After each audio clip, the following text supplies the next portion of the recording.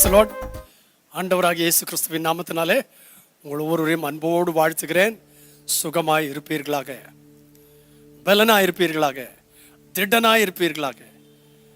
உங்களை குறித்த தேவ விருப்பம் அதுதான். இந்த திங்கட்கிழமை காலையில் ஒரு வேத பகுதியை நாம் தியானம் பண்ணுவோம். அப்போஸ்தலர் நடபடிகளின் புஸ்தகம் 10ஆம் அதிகாரம் 38ஆம் வசனத்தில் ஆண்டவராகிய இயேசு கிறிஸ்துவை பற்றி இப்படி சொல்லியிருக்கிறது. நசரேயனாகிய இயேசுவை தேவன் பரிசுத்த ஆவியினாலும் வல்லமையினாலும் அபிஷேகம் பண்ணினார். தேவன் அவருடனே கூட இருந்தபடினாலே அவர் நன்மை செய்கிறவராயும் பிசாசின் வல்லமையில் அகப்பட்ட யாவரையும் குணமாக்குகிறவராயும் சுற்றி திரிந்தார். I want to read it in English also. How God anointed Jesus of Nazareth with the Holy Ghost and with power, who went about doing good and healing all that were oppressed of the devil, for God was with him.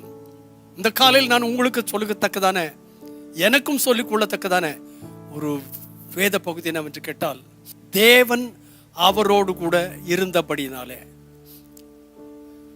I want you to test and see. உங்களுடைய வாழ்க்கையில் நீங்கள் பரிசோதித்து பார்க்கணும். தேவன் என்னோடு கூட இருக்கிறாரா? தேவன் என்னோடு கூட இருந்தா என்ன நடக்கும்? ஆண்டவராகிய இயேசுவோடு கூட தேவன் இருந்தார் என்று சொல்லி இருக்கிறது. அப்ப அவருக்கு என்ன நடந்தது?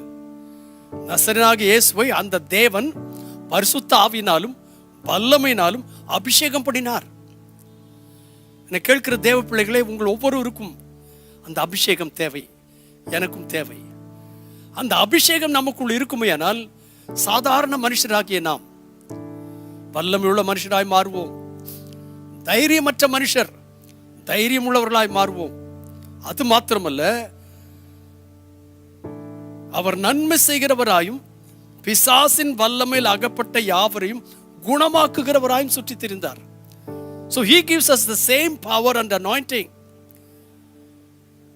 அப்படிப்பட்ட ஊழியத்தை நாம் நிறைவேற்றுமானால் ஆண்டவராகிய கர்த்தருக்காக தேசத்தை சுதந்தரிப்பது எளிது. அது எப்பொழுது நடக்கும்? நசரேயனாகிய இயேசுவை தேவன் பரிசுத்த ஆவியினால் வல்லமையினால் அபிஷேகம் பண்ணினது போல உங்களை அபிஷேகம் பண்ணுவாராக. தேவன் உங்களோடு கூட இருப்பாராக. அவர் கூட இருந்தால் நீங்கள் நன்மை செய்கிறவர்களாக இருப்பீர்கள்.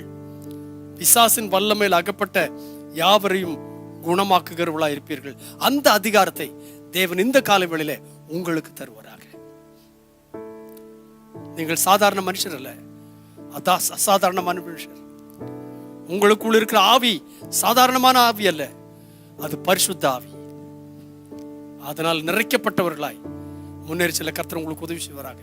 பரிசுத்த பிதாவே, இந்த வாரத்தினுடைய இந்த நாளை ஆரம்பிக்கும் போது தேவனாய் கர்த்தர் உமது பிள்ளைகளின் மேல் தம்முடைய அபிஷேகத்தை அனுப்புவீராக, வல்லமை அனுப்புவீராக.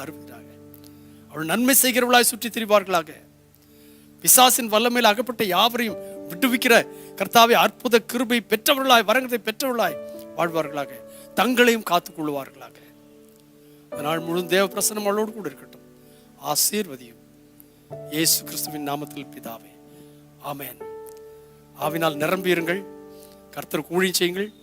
அற்புத அடையாளங்களை நடப்பியுங்கள். தேவநாமத்தை மைப்படுத்துங்கள். God bless you today.